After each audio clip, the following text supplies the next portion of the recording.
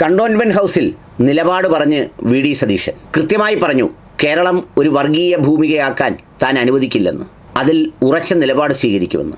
കേരളം കേൾക്കാൻ ആഗ്രഹിച്ച വാക്കുകൾ അതാണ്. ഒരു മതവർഗീയ വിദ്വേഷവാദിക്കും കേരളത്തെ നശിപ്പിക്കാൻ, വിദ്വേഷം ജനിപ്പിക്കാൻ കഴിയാത്ത വിധം കരുത്തുറ്റ നിലപാട് സ്വീകരിക്കാൻ മുഖ്യമന്ത്രിക്ക് കഴിയുന്ന ആ വാക്കുകളാണ് കേരളത്തെ ആത്മവിശ്വാസം നൽകിയത്. ഒരുപാട് മനുഷ്യരും പറഞ്ഞത്. നിലപാടുകൾ വ്യക്തമാക്കിക്കൊണ്ടുള്ള അദ്ദേഹം സംസാരിച്ച ഭാഗം നിങ്ങൾക്ക് കേൾക്കാം.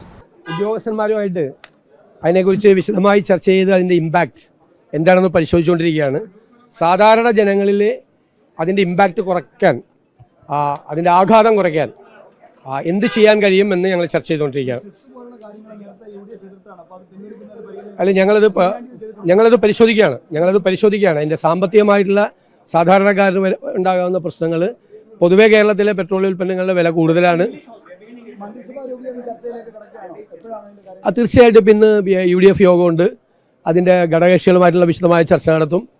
ശ്രീ KC വേണുഗോപാൽ ഇവിടെ വരും. അതുപോലെ ശ്രീ രമേശ് ചെന്നിത്തലയുണ്ട്, KPCC പ്രസിഡന്റ് ഉണ്ട്, AICCയുടെ നേതൃത്വമുണ്ട്. ഞങ്ങൾ എല്ലാവരുമായിട്ട് കൂടിയാലോചിച്ച് കോൺഗ്രസിൻ്റെ കാര്യങ്ങൾ കൂടി ചർച്ച ചെയ്ത് തീരുമാനമെടുക്കും. അല്ല, അത് ഇന്നാണ് അത് ഫൈനലൈസ് ചെയ്യുള്ളൂ. നോക്കാം നമുക്ക്.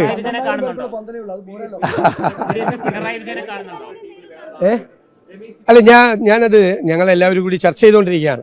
അപ്പൊ അത് കഴിഞ്ഞിട്ട് പറയും. അത് കഴിഞ്ഞിട്ട് ഉറപ്പായിട്ട് പിന്നെ കാണില്ലേ, എന്താ കാണേ, അത് എന്റെ ലീഡറല്ലേ, ഞാൻ കാണില്ലേ, ഉറപ്പായിട്ട് കാണും. ഞാൻ അദ്ദേഹത്തെ വിളിച്ചിരുന്നു, ഞാൻ അദ്ദേഹത്തിന്റെ വീട്ടിലേക്ക് ചെല്ലുമെന്ന് പറയും. അല്ല, ഉറപ്പായിട്ടല്ലേ, നല്ല ടീം ഉണ്ടാവും. നല്ല ടീം. ഞാൻ ഇന്നലെ നിങ്ങളോട് പറഞ്ഞു, ഒറ്റയ്ക്ക് ഒരാൾക്ക് ഒന്നും ചെയ്യാൻ പറ്റില്ല. That I will tell you that we are discussing the impact of the increase in the petroleum products. Price of the petroleum products are discussing, and we are assessing the impact on the public. Then we will check. Then we will take a decision on that. നല്ലൊരു team തന്നെയായിരിക്കും മന്ത്രിസഭയിൽ ഉണ്ടാവുക. Definite ആയിട്ട് നല്ല team ആയിരിക്കും. നോക്കാം നമുക്ക്. അവരുമൊക്കെ ആയിട്ട് ഞങ്ങൾ ചർച്ച ചെയ്തുകൊണ്ടിരിക്കുകയാണ്. അല്ല, തെരഞ്ഞെടുപ്പ് കാലത്ത് നടന്നത് തന്നെയല്ലേ. അവര് UDFന്റെ കൂടെയുള്ള, കോൺഗ്രസിന്റെ കൂടെയുള്ള ഒരു പ്രധാനപ്പെട്ട ഘടകകക്ഷിയാണ്. ഈ വിജയത്തിൽ നിർണായകമായ പങ്കുവഹിച്ചൊരു കക്ഷിയാണ്. അവർ ഞങ്ങളുടെ കൂടെ, കരുണാകരൻ്റെ കാലത്തൊക്കെ ഞങ്ങളുടെ കൂടെ ഉണ്ടായിരുന്നതാണ് അന്നു മുതൽ. അവർക്ക് പ്രധാനപ്പെട്ട റോളുണ്ട്. പക്ഷെ അവരെ ഒറ്റ തിരിഞ്ഞ് ആക്രമിക്കുന്നത് ഒരു വിദ്വേഷ ക്യാമ്പയിൻ കേരളത്തിൽ ഉണ്ടാക്കി, ഒരു ഡിവൈഡ് ഉണ്ടാക്കാൻ വേണ്ടിയിട്ടാണ്. ഞാൻ നേരത്തെ ഒരു ചോദ്യം ചോദിച്ചിരുന്നു. കേരളത്തിൻ്റെ പൊതുസമൂഹത്തോട് എനിക്കുള്ളൊരു ചോദ്യമാണ്. ഇന്ത്യൻ യൂണിയൻ മുസ്ലിം ലീഗ് ദുർബലമായാൽ ആ സ്പേസ് ആരും കൊണ്ടുപോകും? വർഗീയ ശക്തികൾ കൊണ്ടുപോകും. അതിനെ തടുത്തു നിർത്തുന്ന ഒരു പൊളിറ്റിക്കൽ പാർട്ടി കൂടിയാണ് ഇന്ത്യൻ യൂണിയൻ മുസ്ലിം ലീഗ്. അത് ലീഗിനെ എതിർക്കുന്നവർ അത് മനസ്സിലാക്കണം. അതൊന്നും വെച്ചു പൊറിപ്പിക്കുന്ന പ്രശ്നമില്ല. അതിനോടൊന്നും ഒരു കോംപ്രമൈസ് ഇല്ല. വിദ്വേഷ പ്രചരണത്തിനെതിരായിട്ട് ഒരു കോംപ്രമൈസും ഇല്ല. സെക്യുലർ നിലപാടിന്, മതേതര നിലപാടിന് ഒരു കോംപ്രമൈസും ഇല്ല. തെരഞ്ഞെടുപ്പ് കാലത്ത് കോംപ്രമൈസ് ചെയ്തിട്ടില്ല. പിന്നെയാണ് ഇനി തെരഞ്ഞെടുപ്പ് കഴിഞ്ഞിട്ട് കോംപ്രമൈസ് ചെയ്യാൻ പോണ. ഒരു കോംപ്രമൈസും ഇല്ല.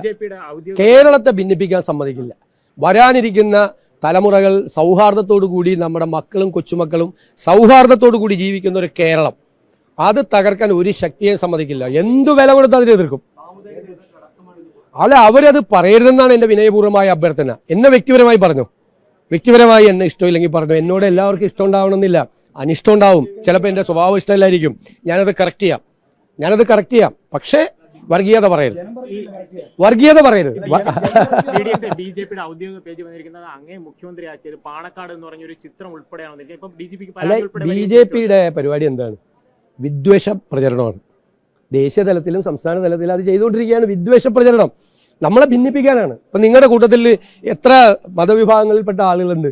നിങ്ങൾ എത്ര ഇതാണ് ഇടയ്ക്കിടയ്ക്ക് ഈ മൈക്ക് വയ്ക്കുമ്പോൾ ഒരു തള്ളലല്ലാതെ ഭയങ്കര സ്നേഹബന്ധവും ഹൃദയബന്ധവും നിങ്ങൾ തമ്മിലില്ലേ? വിവിധ സ്ഥാപനങ്ങളിൽ വർക്ക് ചെയ്യുന്നവർ. അതിലൊരു ഭിന്നിപ്പുണ്ടായാലും ഒന്ന് സങ്കല്പിച്ച് നോക്ക്. എനിക്ക് ഇമാജിൻ ചെയ്യാൻ പോലും പറ്റില്ല. അതൊന്നും സമ്മതിക്കില്ല കേരളത്തിൽ. നമ്മൾ പറയില്ല, ഈ തെരഞ്ഞെടുപ്പിൻ്റെ പ്രഖ്യാപനം ഈ രാജ്യത്തോടുള്ള കേരളത്തിൻ്റെ പ്രഖ്യാപനമാണ്. ഞങ്ങളുടേത് മതേതര കേരളമാണെന്ന്. അതേപോലെ ഒരു പോറൽ വീഴ്ത്താൻ സമ്മതിക്കില്ല.